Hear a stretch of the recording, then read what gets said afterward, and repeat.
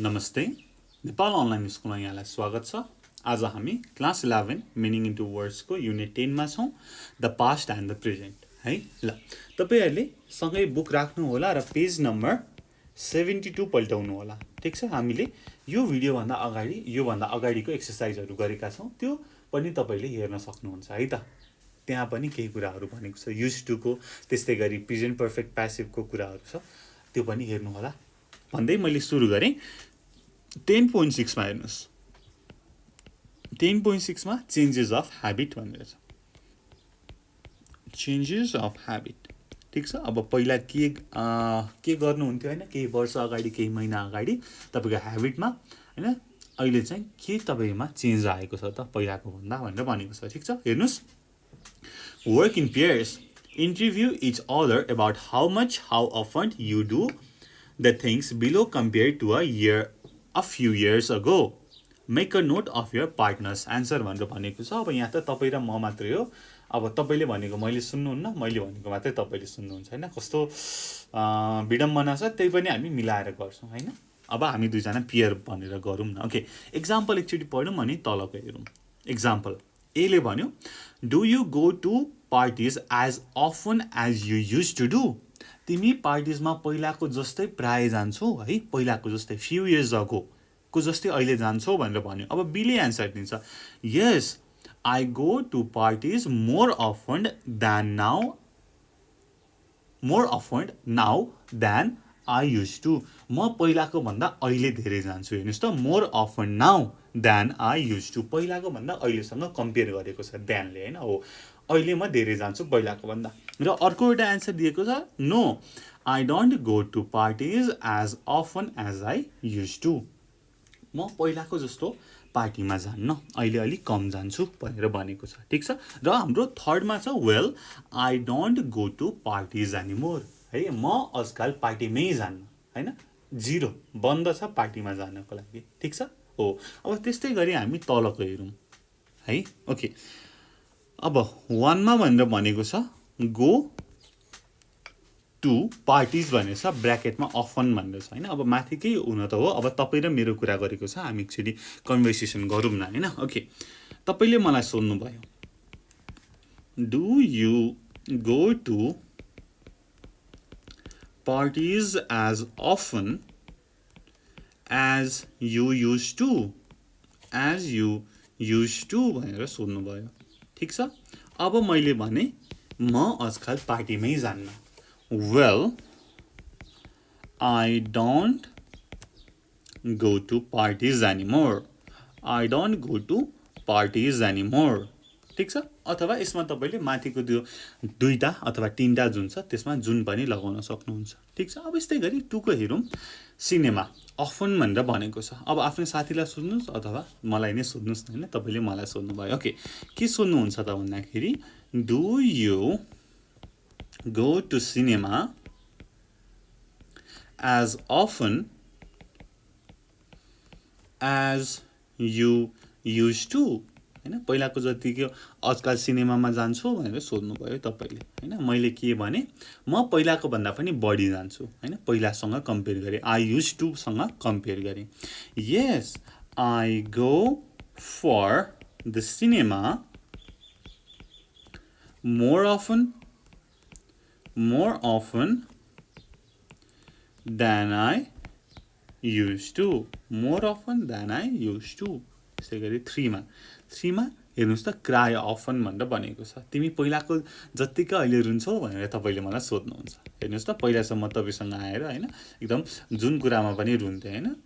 हो, do you cry as often as you used to भनेर तपाईले मलाई सोध्नु भयो। र मैले भने, अब म पहिलाको भन्दा पनि एकदमै धेरै रुन्छु भनेर भन्यो भने मैले ठ्याक्कै माथिको स्ट्रक्चर युज गर्नु पर्यो। Yes I cry more often than I used to हैन। अथवा म अहिले रुँदै रुन्न भन्नु पर्यो भने, well I don't cry anymore, I don't cry anymore. अथवा पहिलाको भन्दा अलि कम रुन्छु, रुन त रुन्छु, अलि कम रुन्छु भनेर भन्नुभयो भने, no I don't cry as often as I used to भनेर भन्न सक्नुहुन्छ। ठीक छ। यसरी नै अगाडि बढौँ। 4 4 मा हेर्नुस् त स्मोक अनि मच भनेर भनेको छ ल तपाईले मलाई सोध्नुहुन्छ do you smoke as much as you do as you used to भनेर भन्नुहुन्छ ठीक छ do you smoke as much as you used to भनेर भन्नुहुन्छ अब मैले चाहिँ अब स्मोक गर्न छोड्दै छु हैन तर मैले कम्प्लिटली छोड्न सकेको छैन पहिला भन्दा अलि कम स्मोक गर्छु हैन चुरोट खान्छु भनेदेखि no I don't smoke as much as I used to अब बिस्तारै म खान्न हैन त्यो चाहिँ मेरो कुरा हो तर म चुरोट खान्न है फेरि खान हुन्न smoking is injurious to health भनेर भन्छ तर खाने मान्छेले पनि बाँचेकै छ भनेर पनि भएन ओके जोक्स अपार्ट 5 नम्बर हेरौँ इट अनि मच भनेर भनेको छ है अब तपाईले मलाई सोध्नुहुन्छ के सोध्नुहुन्छ भन्दाखेरि म त एकदमै खन्चुवा हैन पहिलेदेखि खाने हैन जे पनि जहिले पनि भोक लाग्यो भन्ने अब तपाईले भन्नुहुन्छ do you it as do you eat as much as you used to do you eat much as much as you used to भनेर मलाई सोध्नुहुन्छ ठीक छ do you eat as much as you used to भनेर सोध्नुहुन्छ हैन म चाहिँ अब त्यस्तो धेरै खान्न हैन खान त खान्छु पहिलाको जस्तो खान्न आजकल चाहिँ म अलिकति हेल्थ कन्सियस भएको छु भनेर तपाईलाई भन्नु पर्यो भनेदेखि no I don't eat as much as used to है सिमिलरली 6 travel much भनेर भनेको छ ओके तपाईले मलाई फेरि सोध्नु भयो do you travel as much as you used to भनेर भन्नु भयो ओके अब मैले भने yes I travel more now than I used to travel more now than I used to हैन अहिले त म झनै धेरै ट्राभल गर्छु पहिलाको कम्पेरिजनमा ओके 7 नम्बर हेरौँ त रिड मच भनेर भनेको छ हैन पहिला त म एकदमै धेरै पढ्ने हैन अब तपाईले मलाई सोध्नुहुन्छ do you read as much as you do भनेर मलाई सोध्नुहुन्छ अब मैले रिप्लाई दिनु पर्यो हैन म पहिलाको भन्दा धेरै पढ्छु अथवा पहिलाको भन्दा कम पढ्छु अथवा पढ्दैन भनेर भन्नु पर्यो अब म के भन्छु त म पहिलाको भन्दा धेरै पढ्छु भनेर भनौँ न yes I read much more now than I used to ठीक छ ल हामीले यसरी गर्न सक्छौं है ल अब 8 र 9 चाहिँ यो पनि गरिहालौं न हैन सँगै मिलेर है हामीलाई कतै जान हतार छैन ओके 8 मा हेरौं राइट लेटर्स भनेको छ अनि अफन भनेर भनेको छ अब तपाईले मलाई सोध्नुहुन्छ do you right letters as often as you used to भनेर सोध्नुहुन्छ ठीक छ अब बी मा अब मैले भन्छु म पहिलाको जति लेख्दिन no I don't write letters as often as I used to ठीक छ अब हाम्रो 9 मा छ लुज योर टेम्पर हैन पहिला एकदमै चाँडै चाहिँ म रिसाउँथे अब तपाईले सोध्नुहुन्छ do you lose your temper as often as you used to भनेर भन्नुहुन्छ do you lose your temper as often as you used to भनेर भन्नुहुन्छ अब मैले भन्छु आजकल त म रिसाउँदैन हैन well I don't lose my temper anymore आजकल त म रिसाउँदैन well I don't lose my temper anymore ठीक छ हैन सजिलो छ नि हैन त्यस्तो गाह्रो केही छैन माथिको थोरै स्ट्रक्चर सम्झिनु भयो भने तपाईलाई सजिलो भइहाल्छ ओके अब यसपछि हेर्नुस् त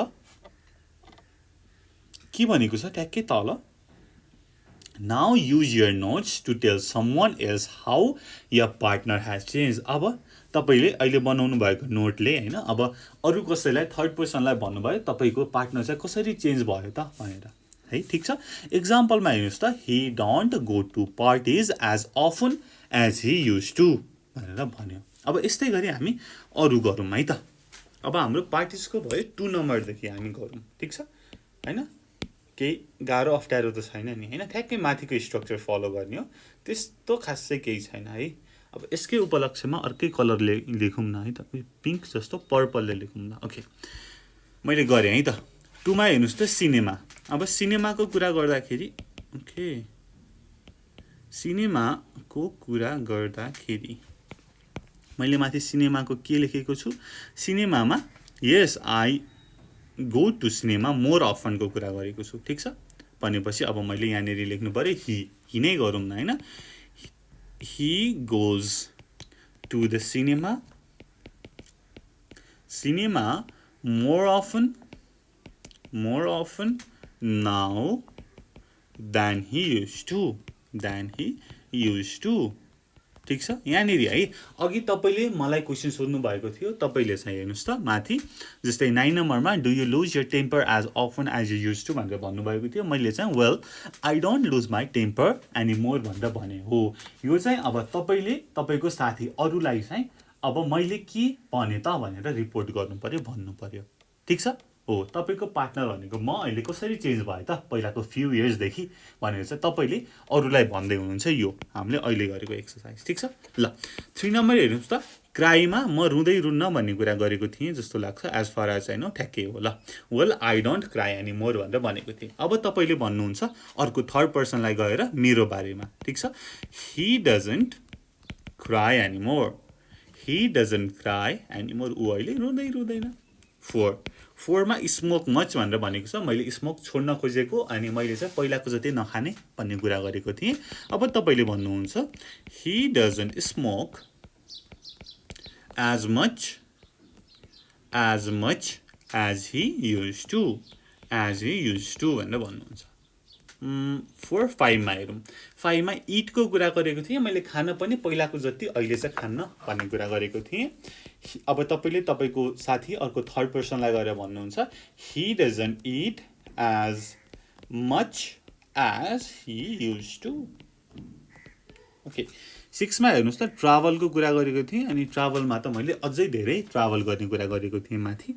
ठ्याक्कै 6 मा हेर्नुहोस् त, I travel more now than I use to भन्ने कुरा गरेको थिएँ। भनेपछि अब तपाईँले भन्नुहुन्छ he travels much more now than he use to भनेर भन्नुहुन्छ। ठिक छ, 7 मा 6 7 ओके, अनि 7 मा मैले कता नम्बर मिस्टेक गरेँ, 1 2 3 4 5 6 7। ओके, अब 7 मा हेरौँ। 7 मा रिडको कुरा गरेको छ है। ओके, अब रिडमा हेर्नुहोस् त, मैले रिडको कुरा गर्दाखेरि के भनेको थिएँ त, मैले अहिले एकदमै धेरै पढ्छु पहिलाको भन्दा कुरा गरेको थिएँ। सो अब के लेख्छु त म, he reads much more now than he use to. यो चाहिँ तपाईँले भन्दै हुनुहुन्छ होइन, then he use to. Okay, 8 मा हेर्नुहोस्, राइट लेटर्स। मैले राइट लेटरको बारेमा के भनेको थिएँ, आजकल म लेटर अलिक कम लेख्छु पहिलाको भन्दा। Okay, he doesn't write letters as often as he use to. Similarly 9 मा हेरौँ। 9 मा लुज यर टेम्पर भनेको कुरा थियो। मैले अब त म आजकल रिसाउँदिनँ, well I don't lose my temper any मोरको कुरा गरेको थिएँ। अब तपाईँले भन्दाखेरि he doesn't lose his temper any more भनेर भन्नुहुन्छ। ठिक छ, he don't lose his temper any more. ठिक छ, यसरी हामीले गऱ्यौँ पेज नम्बर 72 को 10.6। यसमा केही गाह्रो छ त छैन नि है, थोरै अलिकति माथिको स्ट्रक्चर थोरै तपाईँले जान्नुभयो भनेदेखि ठ्याक्कै यो है यिनीहरू तपाईँलाई सजिलो भइहाल्छ है। ओके, त्यति भन्दै यो भिडियो यहीँ टुङ्ग्याउँछु। तपाईँलाई यो भिडियो कस्तो लाग्यो आशा छ राम्रो लाग्यो होला, युजफुल भयो होला, उपयोगी भयो होला। केही सल्लाह सुझाव छ, केही इम्प्रुभ गर्नुपर्ने छ हामीले हाम्रो तर्फबाट भनेदेखि हामीलाई कमेन्ट गरेर भन्न सक्नुहुन्छ, अथवा डिस्क्रिप्सनमा दिएको फोन नम्बरमा फोन गरेर पनि भन्न सक्नुहुन्छ है। ओके, त्यति भन्दै यो भिडियो टुङ्ग्याएँ मैले। Thank you so much for watching. Until next time, good bye, keep learning. जय चन्द्र सूर्य, पिस।